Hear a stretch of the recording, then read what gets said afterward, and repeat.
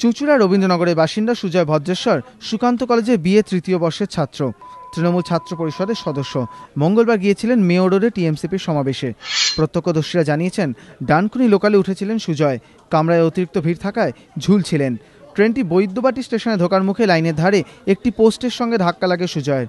যাত্রীরা ট্রেন থেকে পড়তে না দিলেও গুরুতর আহত হন সুজয়।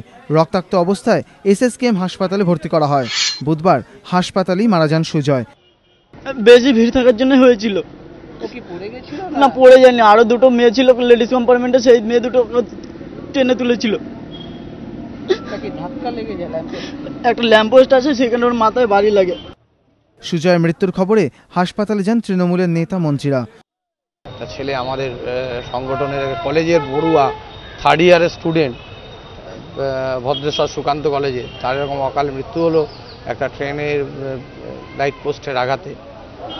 এটা খুবই আমাদের কাছে খারাপ লাগে, শকিং। সুজয়ের মৃত্যুতে তার কলেজ ও পাড়ায় শোকের ছায়া। প্রকাশ সিংহ, এবিপি আনন্দ, কলকাতা।